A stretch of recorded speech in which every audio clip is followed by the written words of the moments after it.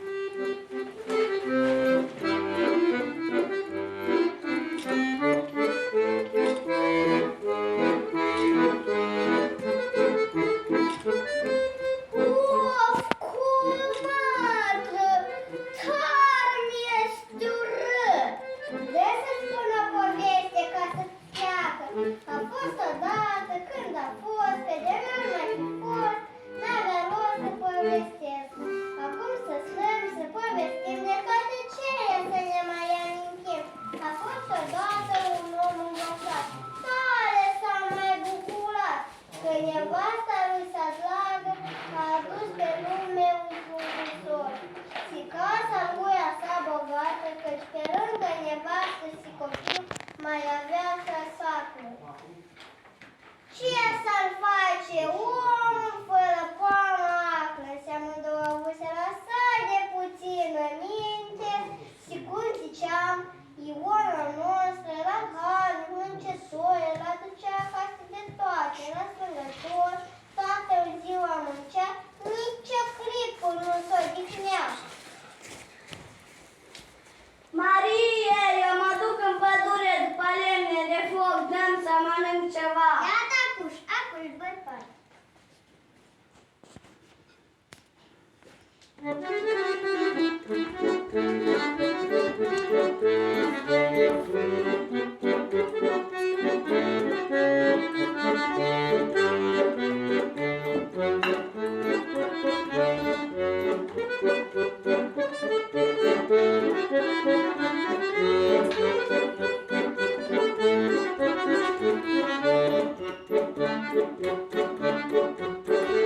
Poftim, bărbate, poftă bună, bărbate. Mulțumesc!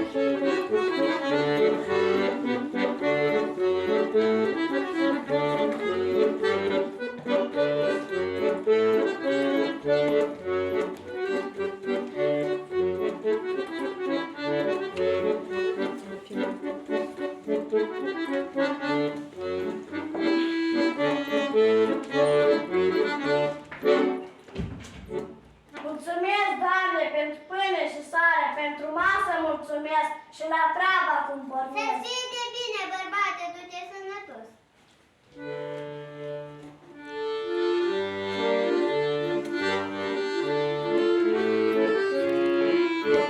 Dormi în pace, puișor, nani, nani, somn ușor.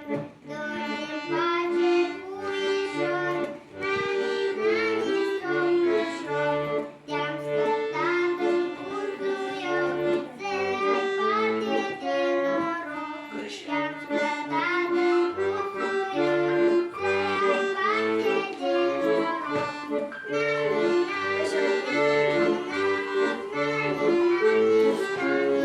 noroc. Nani, te-am scăldat în maciești, să fii frumos și chipești. Te-am scăldat în maciești, să fii frumos și chipești. Nani, nani, nani, nani, nani, nani.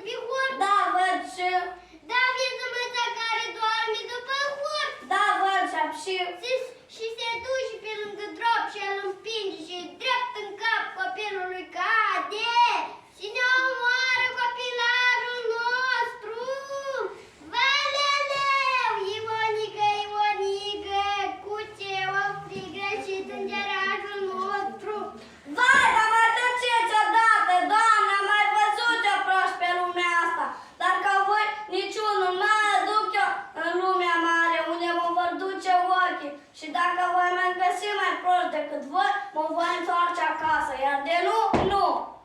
Și om porni în lumea mare să învață dacă găsim mai prost decât ai săi.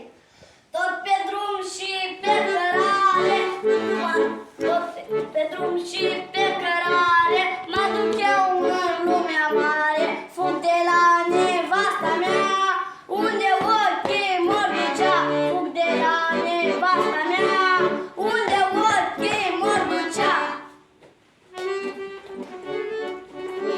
Bună ziua, om bun! Mulțumesc de tare, prieteni! Dar ce faci aici? Mă muncesc de vreo 2 zile să încarc soarele în casă. Dar nu mi-e găsește să am și eu lumină. Mai omule, dar muncești de pomană. Cum așa? Ai dopor la tine. Sigur că am. Ia de coadă și sparge peretele, uite aici. Și sărle va tras singur el în casă.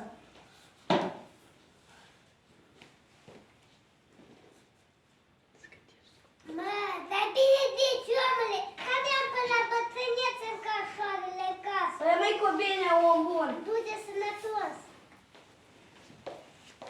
Și omul înainte mergea și înainte sate ajungea.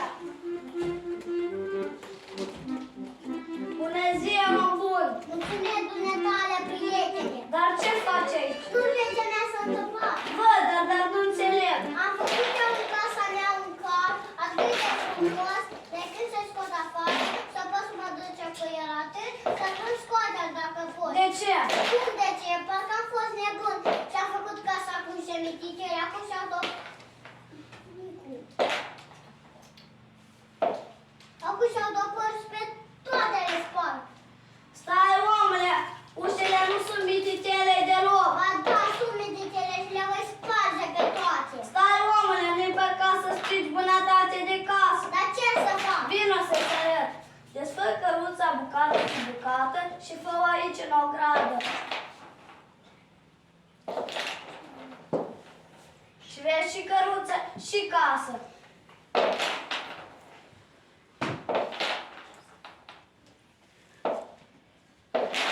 Mulțumesc, omule, că bine m-ai învățat, că de nu erai dumneata, avea să stric bunătatea de casă. Rămâi cu bine, om bun. Du-te sănătos. Cum prost ai numărat. Al câtulea era?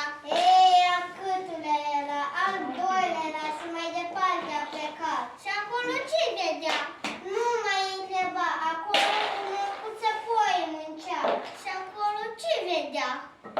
Stai să vezi și să lucrezi. Bună ziua, om bun. Bună să-ți fie inima după cum să cretatura. Dar ce faci aici? Mai bine nu mă întreba. De ce? Vreau să arunc niște nuci în pot țăpoiul. Ba dar ciuma nu se bate, că nu nicio treabă. Degeaba muncești, omule, poți să-mi deștept țăpoiul cât ai vrea. Abar n-are de scârbata. Ai un sac. Cum să n-am? Pune nucile în sac și suile binișor în pod. Țăpoiul nu este pentru nuci, dar este pentru paie și pin.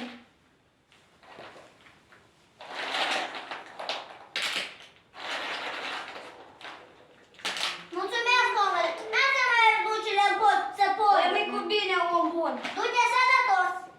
Și bun, cum prost am numărat. Al câtulea era? Ei, al câtulea era? Al treilea era și mai departe a plecat. Stai, omule, ce vrei să faci? Ce nu vezi? Văd, dar nu înțeleg. Ce e așa de greu de înțeles? Uite aici un pod, am un tiuc de cât. Și vaca asta proastă este lipnită de foame și niciun ruptul capului nu vrea să suie aici în pod să mănânce pânul. Stai, omule, că spânzuri vaca. Ia mai bine fânul din pod și dă-l la vacă. Dar nu s-ar prește pânul. Ei, omule, nu fi ieftin la făină și scump la tărâță. Mulțumesc, omule, că bine m-ai învățat, că pentru nimic avea să-mi gâtui vaca. Rămâi cu bine, om bun. Du-te sănătos. Mâța s-a tot putut țui pe pod și-a putut dea drobul de sare jos, dar să cari soarele în casă cu ciubărul, să arunci nucile în pod cu țăpoiul, dar să cari vaca în pod la fân, asta n-am gândit-o. Mă duc eu la nevastă și copil.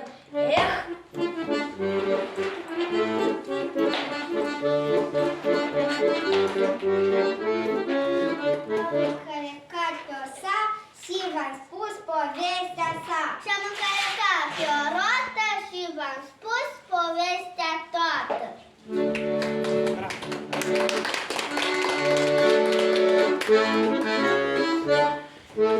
Azi aici am ascultat un spectacol fermecat. Se zice un joc frumos, e plăcut și e haios. Sute mii de talentați și să ne aplaudați. E și muncă, e talent și voi ne-am simțit la teatru, veniți să vă distrați. La teatru, și nu o să regretați. La teatru, veniți să vă distrați. La teatru, și nu o să regretați. Au prezentat rolurile Marian Gabriela, Apostol Maria, Apostol Militea Nicolai, Apostol Camila, Moisei Elisei, Soară Pet, Madame Daniela, Rosa Dragus. La teatru, veniți să vă distrați.